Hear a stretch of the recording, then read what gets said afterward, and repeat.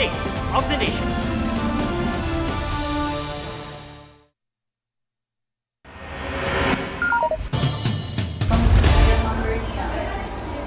Nabangga sa barriers at dumiretso sa malaking butas sa kalsada ang isang rider.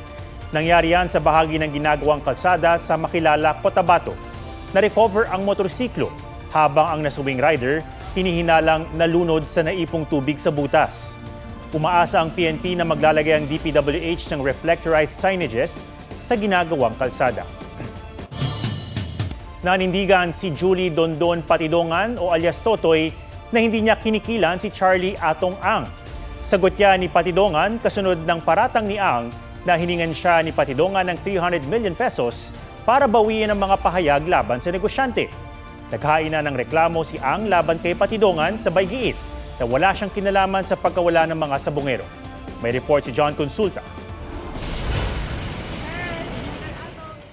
Patong-patong na reklamo ang inihain ng negosyanteng si Charlie Atong Ang laban sa dalawa niyang dating tauhan na sina Julie Dondon Patidongan o alias Totoy at isang Alan Bantiles o alias Mr. Brown. We're very confident because it's all about the truth. We filed 5 cases. Ano pong cases yun, ma'am? Robbery, grave threats, grave coercion, slander, and incriminating innocent people. Pinangalanan ni Patidongan si Ang bilang isa sa mga mastermind umano sa pagkawala ng mga sabongero. Wala kami kinalaman lahat dyan. Kapareho, uulitin ko, sinasabi ko, lahat ng grupo namin, mga desenteng tao yan. Ang hilig lang namin, sabong lang. Tingnan nyo, pagkatao niya, pagkatao ko, pagkatao namin lahat, wala naman kami history na pumapatay ng tao. Itinanggi rin ni Ang na sinubukan niyang suhulan si Patidongan para bawiin ang mga pahayag nito. Sa halip, sina Patidongan at Bantiles daw ang humingi ng 300 million pesos. Hinihingan ako ng 300 million para ibigay daw, para wag daw ko idamay doon sa kaso nila. Kasi sila ang may kaso, hindi naman ako eh. Sinabi sa akin ni Brown, para maayos daw yan, bigyan ko ng 300 million. Kaya namura ko doon nagsimula. May mga may telephone call kami dito eh. Actually, mapapatunayan ko sa iyo, sa inyo yan in the future. Bayaran na lang daw si Dondon para makaalis na sa paalis, makalayo, kung ano man yung statements niya sa magtago na kasama ang pamilya. I was requested by Mr. Brown to draft the affidavit of recantation, which I did. And pinadala ko sa kanya on June 21. Hindi raw ito pinagbigyan ni Ang pero nagbigay pa rin siya ng 12 million pesos para sa kampanya ni Patidongan na tumakbo sa pagkaalkalde sa Barobo, Surigao del Sur. Nang matalo si Patidongan nitong eleksyon, hiningan din umano ang ilang kasamahan niya sa negosyo. Lahat tinatawagan, si Gretchen, tinatawagan, sinasama na si Gretchen, humihingi nung time na humihingi ng pangkampanya yung asawa, tapos tinawagan din ni Brown, kinausap din ni Dondon, tapos humihingi ng papanganganak. Ang aligasyon pa ni Ang, may plano ang grupo ni Patidongan na kanyang nadiskubre. Kasi nasa paligid ko mga tao niya eh. Noong time na nagtitiwala ako sa kanya. Kapatid. Ngayon, ang napag-usapan doon, kikidnapin ako, matutubos ako, saka papatayin ako. Pinabulaanan ito ni Patidongan. Kabaliktaran lahat ng sinabi niya. Ako mangidnap sa kanya, sino ba naman ako? Si Mr. Atong Ang, mag-isip kayo. Kikidnapin ko na halos lahat nandun na sa kanya.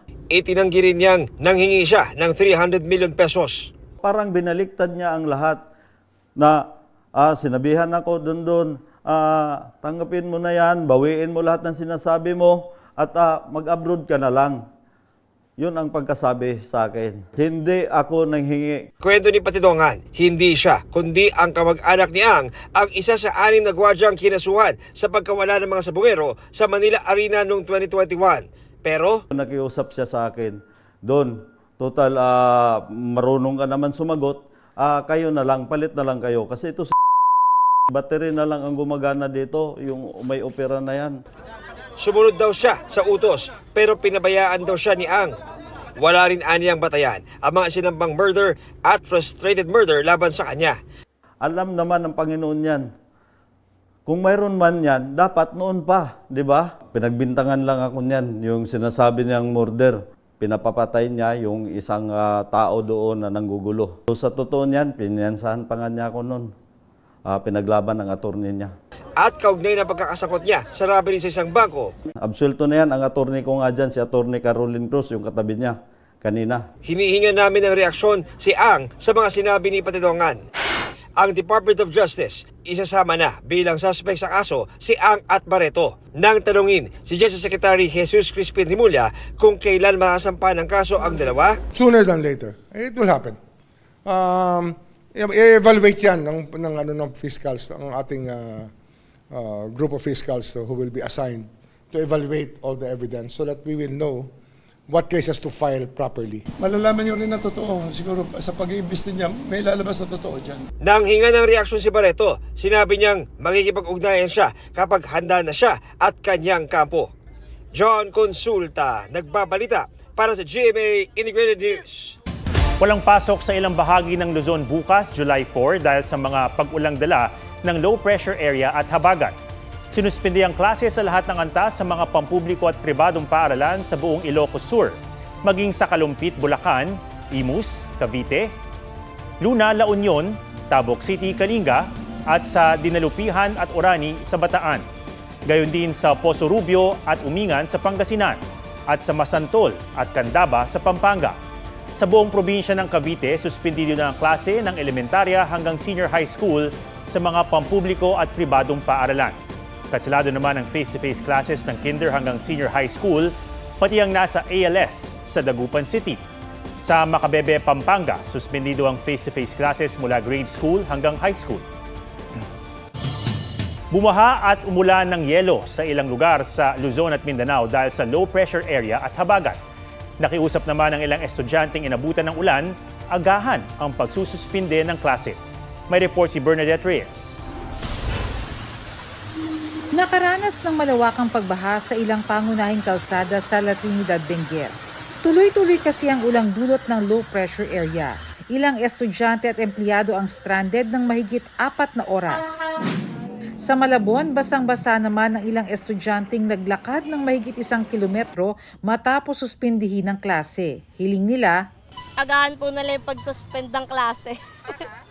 Para po di na kami mahirapan. Ba't di na lang po sinuspend nung una pa lang? Kasi may nahihirapan din mga students. Paliwanag ng Malabon City Hall, sinusunod lang nila ang dati ng protocol ng DepEd. Nag-deploy rin daw sila ng libreng sakay para umalalay. Mga panghapong klase naman ang kinansela sa Maynila ngayong araw. Kung dati ang Department of Education ang nag-aanunsyo ng mga class suspensions, ipinaubaya na ito sa mga paaralan at sa mga local government units na higit na nakakaalam ng lagay ng panahon sa kanilang lugar. Ang DILG gustong hilingin na ibigay na sa kanila ang kapangyarihang magdeklara ng class suspension. May geohazard map kami. Mas madali mag-coordinate kung galing sa amin ng suspension ng classes. Ito po ay pag-aaralan. As of the moment, ang kung ano yung nagiging sistema natin sa kasalukuyan, yung po muna mananatili. Kung maaari pong makapagbigay agad ang mga heads ng LGUs ng mabilisang order o kanilang panukala kung dapat isuspende ang klase, dapat po talaga na mas mabilis para hindi pa po nakakalabas ang mga bata at mga magulang. Bukod sa mga estudyante, nahirapan ding makasakay at bumiyahe ang mga empleyado. Halos mag-zero visibility naman sa South Luzon Expressway northbound sa bahagi ng Mamplasan dahil sa lakas ng ulan. Habang sa Malaybalay City, Bukidnon, umulan ng yelo. Ayon sa Pag-asa, dulot yan ng thunderstorm na dala ng habagat.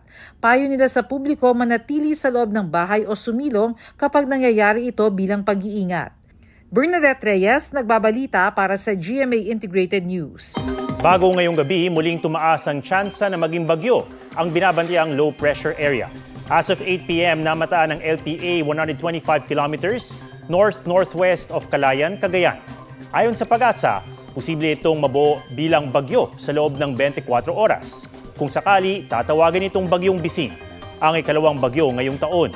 Inaasahang mabagal itong kikilos papalayo sa Batanes.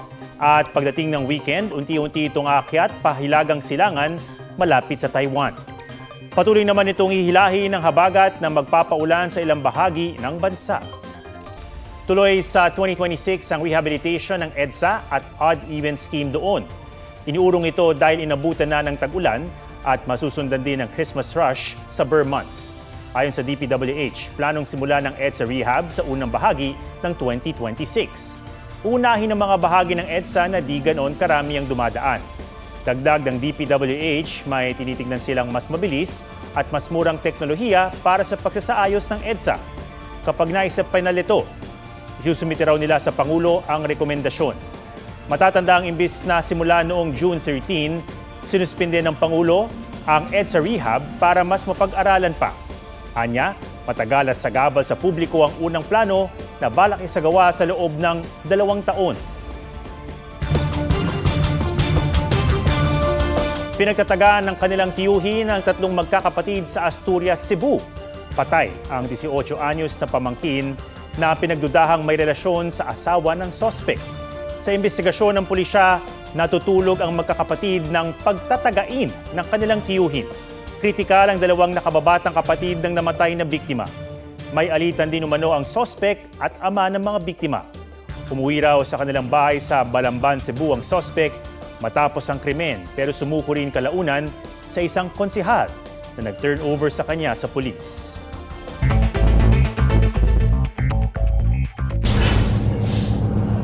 Ay, abot ko.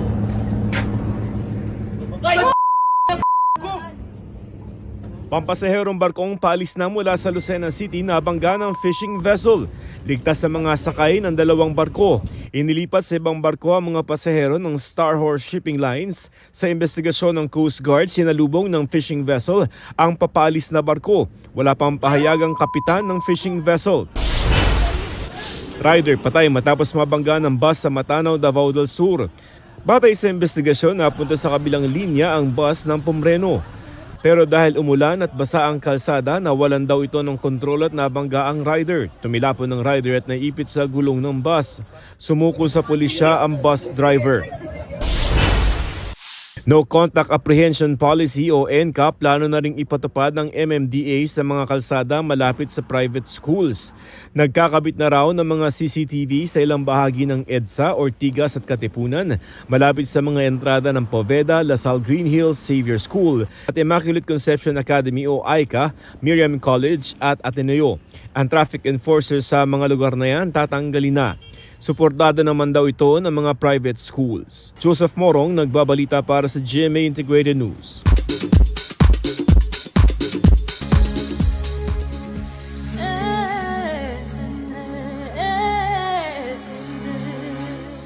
Glyza De Castro o Sangre Pirena sa Encantadia Chronicles Sangre, nakijam sa OG singer ng Encantadia theme song na si Bayang Barrios.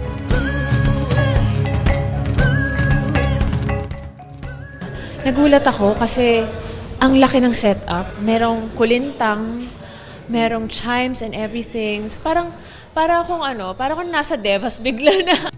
Proud moment daw para kay Glyza na nabigyan niya ng panibagong buhay ang kanta sa ilang dagdag lyrics na siya mismo ang sumulat.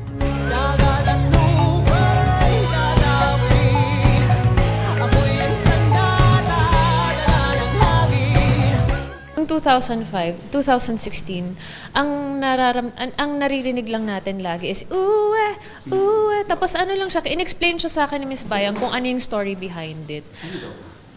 Parang siyang kalikasan na nasira. Naipakita ni Dennis Trillo at Jeneline Mercado ang ganda ng Europe at Dubai sa kanilang recent trip. Pero hindi lang ito basta bakasyon dahil doon kinuna ng ilang eksena para sa pinagbibidahan nilang Sanggang Dikit for Real.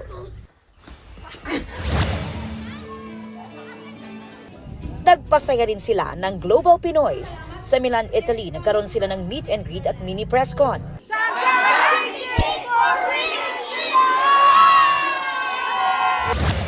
Nagpakilig sila sa Philippine Festival 2025 sa Zurich, Switzerland kasama sina Joros Gamboa at Lizelle Lopez.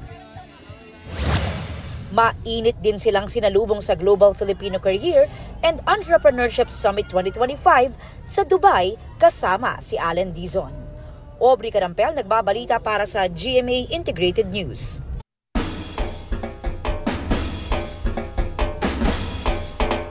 Bukod sa paligsahan sa tabing dagat at pagpupugay kay San Juan Bautista, Mas malalim na debosyon at pangangalaga sa kalikasan ang isinusulong sa Hibok-Hibok Festival sa Camiguin. Ang Pista Pinas tunghayan sa report na ito. Masusubok ang lakas ng mga suntok, pero ang tamaan, tubig dagat ang malalagok. Hamon sa pagbalanse, panalo ang unang makakaabante. Palong-palo ang bawat kupunan, depensa ang labanan. Ang mga larong ito, pinadayo at inaabangan tuwing Hunyo ng mga taga-Camiguin, panahon ng pagpupugay kay San Juan Bautista at pagdiriwang ng kanilang Hibok-Hibok Festival. Bilang kilala ang Camiguin sa bulkang Hibok-Hibok, ito na rin ang pinangalan sa kanilang pista.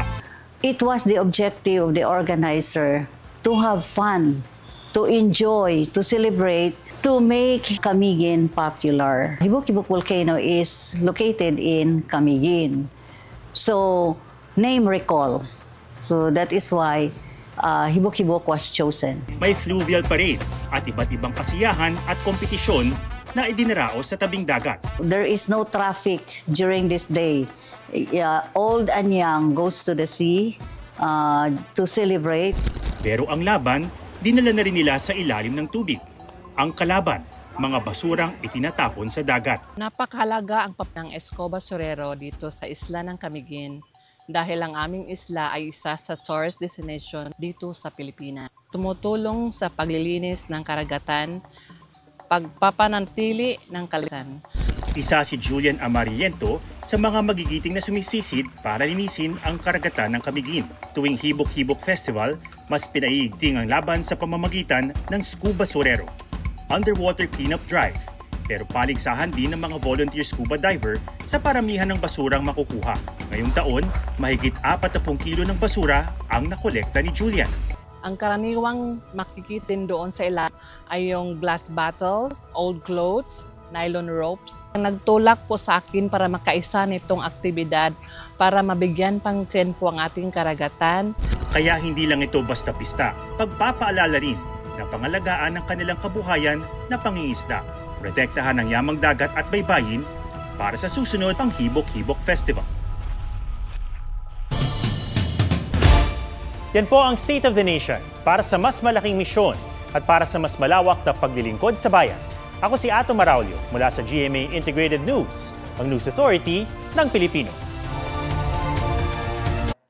Huwag magpahuli sa mga balitang dapat niyong malaman. Mag-subscribe na sa GMA Integrated News sa YouTube.